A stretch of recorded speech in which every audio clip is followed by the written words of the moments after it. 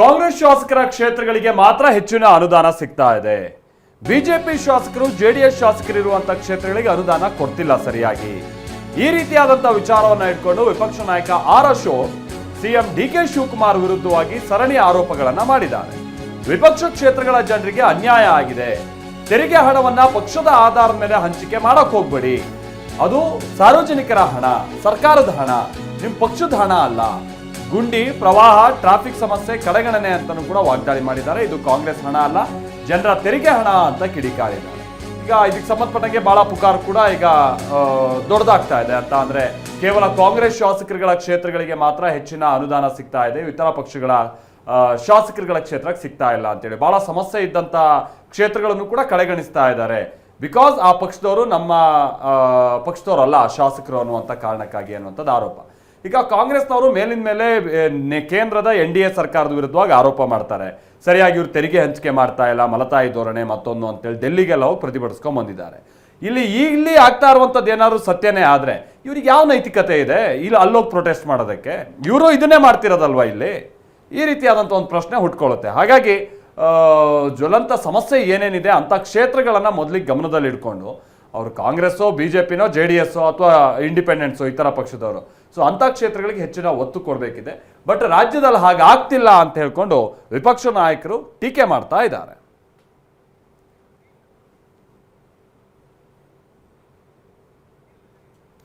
ಅನಿಲ್ ನಮ್ಮ ಪ್ರತಿನಿಧಿ ಇದಕ್ಕೆ ಸಂಬಂಧಪಟ್ಟಂಗೆ ಡೀಟೇಲ್ಸ್ ಅನ್ನ ಕೊಡ್ತಾರೆ. ನಮ್ಮ ಜೊತೆಗೆ ನೇರ ಸಂಪರ್ಕದಲ್ಲಿ ಜಾಯಿನ್ ಆಗ್ತಾ ಇದ್ದಾರೆ. ಅನಿಲ್, ಈಗ ಆರ್ ಅಶೋಕರು ಯಾವ್ಯಾವ ಕ್ಷೇತ್ರಗಳಿಗೆ ಸಂಬಂಧಪಟ್ಟ ಹಾಗೆ ಉಲ್ಲೇಖ ಏನಾದರೂ ಮಾಡಿ ಈ ರೀತಿಯಾದಂಥದ್ದು ಆರೋಪ ಮಾಡ್ತಾ ಇರುವಂಥದ್ದು, ಆಮೇಲೆ ಇದು ನಿಜಕ್ಕೂ ವಾಸ್ತವದಲ್ಲಿ ಮಾಡ್ತಾ ಇರುವಂಥ ಆರೋಪದ ಸತ್ಯಾಸತ್ಯತೆ ಎಷ್ಟು ಕಂಡು ಬರ್ತಾ ಇದೆ ಅನಿಲ್?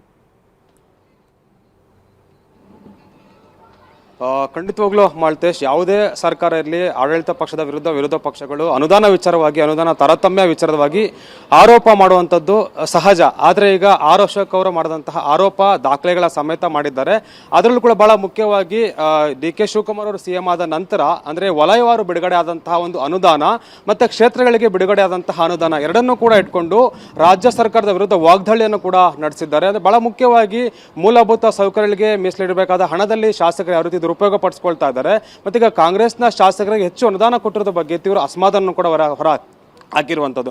ಬಹಳ ಮುಖ್ಯವಾಗಿ ಅಂದರೆ ಸಿದ್ದರಾಮಯ್ಯರು ಮುಖ್ಯಮಂತ್ರಿ ಆಗಿದ್ದಂಥ ಅವಧಿಯಲ್ಲೂ ಕೂಡ ಇದೇ ರೀತಿಯಾದಂಥ ಆರೋಪ ರಾಜ್ಯ ಸರ್ಕಾರ ವಿರುದ್ಧ ಕೇಳಿಬಂದಿತ್ತು. ಇದೀಗ DK ಶಿವಕುಮಾರ್ ಅವರ ಸರ್ಕಾರದಲ್ಲೂ ಕೂಡ ಇದೇ ರೀತಿಯಾದ ಒಂದು ಆರೋಪ ಕೂಡ ಕೇಳಿಬರ್ತಾರೆ. ಅಂದ್ರೆ ಬಹಳ ಮುಖ್ಯವಾಗಿ BJP ಶಾಸಕರಿರುವಂತಹ, ಬಹಳ ಬೆಂಗಳೂರಿನಲ್ಲೇ BJP ಶಾಸಕರಿರುವಂತಹ ಕ್ಷೇತ್ರಗಳನ್ನು ಗಮನಿಸೋದ್ರೆ ರಾಜಾಜಿನಗರ ಆಗಿರ್ಬೋದು, ಮತ್ತೆ ಕೇರ್ಪುರಂ ಆಗಿರ್ಬೋದು, ಮತ್ತೆ ಮಹದೇವಪುರ ವಿಧಾನಸಭಾ ಕ್ಷೇತ್ರಗಳಿಗಾಗಿರ್ಬೋದು, ಇಲ್ಲಿ ಕಡಿಮೆ ಅನುದಾನ ಕೂಡ ಕೊಡಲಾಗಿರೋ ಒಂದು ಗಂಭೀರ ಆರೋಪವನ್ನು ಕೂಡ ಆರ್ ಅಶೋಕ್ ಮಾಡ್ತಾ ಇದ್ದಾರೆ.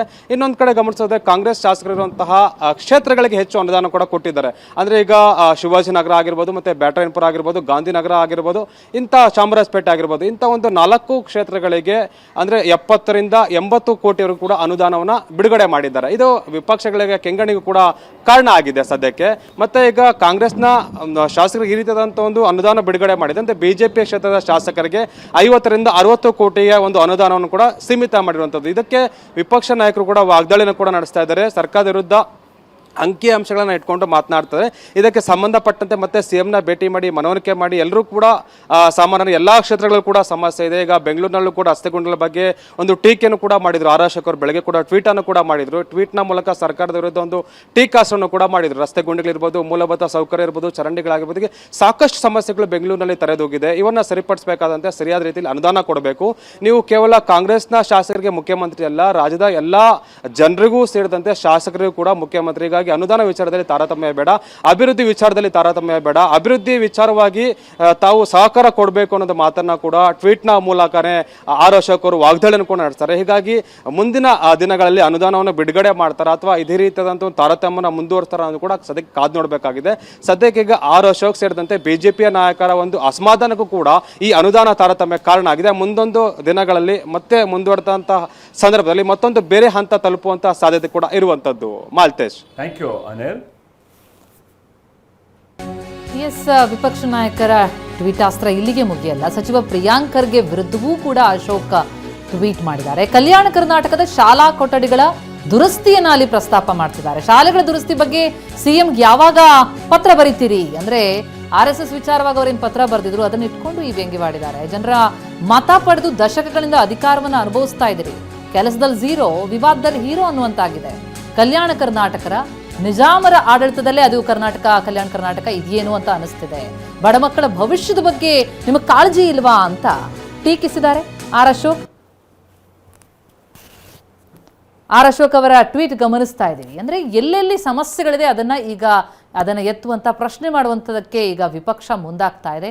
ಸರಣಿ ಟ್ವೀಟ್ಗಳನ್ನ ಮಾಡಿರುವಂಥದ್ದು ಆರ್ ಅಶೋಕ್. ಮೊದಲನೇದಾಗಿ DK ಶಿವಕುಮಾರ್ ಅವರ ವಿರುದ್ಧ ಕಿಡಿಕಾರದರು ಅನುದಾನದ ವಿಚಾರಕ್ಕೆ, ಅದರ ಜೊತೆಗೆ ಈಗ ಕಲ್ಯಾಣ ಕರ್ನಾಟಕ ಭಾಗದಲ್ಲಾಗಿರುವಂತಹ ಸಮಸ್ಯೆಗಳ ಬಗ್ಗೆ ಗೃಹ ಸಚಿವ ಪ್ರಿಯಾಂಕ್ ಖರ್ಗೆ ಅವರ ವಿರುದ್ಧ ಈಗ ಆರ್ ಅಶೋಕ್ ಟ್ವೀಟ್ ಮಾಡಿದ್ದಾರೆ. ಆರ್ ಅಶೋಕ್ ಅವರ ಟ್ವೀಟ್ ಕೂಡ ಗಮನಿಸ್ತಾ ಇದ್ದೀವಿ. ಹೈಕಮಾಂಡ್ ನಾಯಕರನ್ನ ಮೆಚ್ಚಿಸೋದಕ್ಕೆ ಹೇಳಿಕೆಗಳನ್ನು ಕೊಡೋದು, ಪತ್ರಗಳನ್ನು ಬರೆಯೋದಲ್ಲ.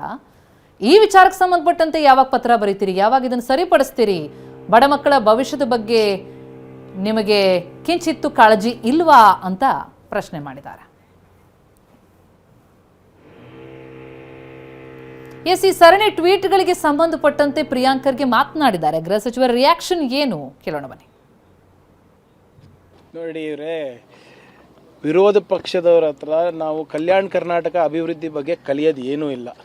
ಇದೇ BJPಯವರು ಆರ್ಟಿಕಲ್ 371 ತಿರಸ್ಕಾರ ಮಾಡಿದ್ರು. ಇವ್ರ ಹತ್ರ ಕಲಿಯೋದೇನಿಲ್ಲ. ಮತ್ತು ಇವರಿದ್ದಾಗ ಎಷ್ಟು ಕೊಟ್ಟರು?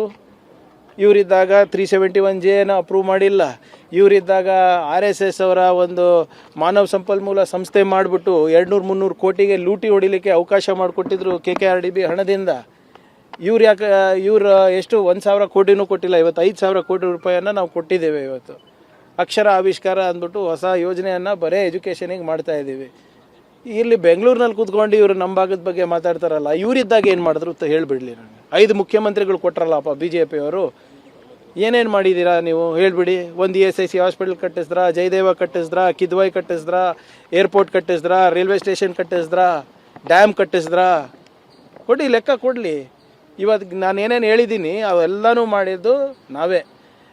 ನಾವು ಕಟ್ಸಿರೋ ಏರ್ಪೋರ್ಟಲ್ಲೇ ಇಳಿತಾರೆ, ನಾವು ಕಟ್ಸಿರೋ ರೋಡ್ ಮೇಲೆ ಓಡಾಡ್ತಾರೆ, ನಾವು ಕಟ್ಸಿರೋ ಹಾಸ್ಪಿಟ್ಲಿಗೆ ಅಡ್ಮಿಟ್ ಆಗ್ತಾರೆ, ಮತ್ತು ಏನು ಮಾಡಿದ್ದಾರೆ ಅಂತ ನಮಗೆ ಕೇಳ್ತಾರೆ.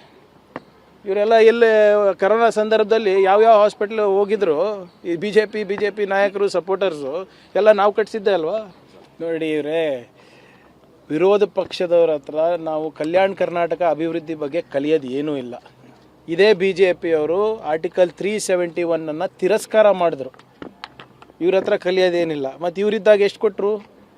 ಇವರಿದ್ದಾಗ 371Jನ ಅಪ್ರೂವ್ ಮಾಡಿಲ್ಲ. ಇವರಿದ್ದಾಗ RSS ಅವರ ಒಂದು ಮಾನವ ಸಂಪನ್ಮೂಲ ಸಂಸ್ಥೆ ಮಾಡಿಬಿಟ್ಟು 200-300 ಕೋಟಿಗೆ ಲೂಟಿ ಹೊಡಿಲಿಕ್ಕೆ ಅವಕಾಶ ಮಾಡಿಕೊಟ್ಟಿದ್ರು KKRDB ಹಣದಿಂದ. ಇವ್ರು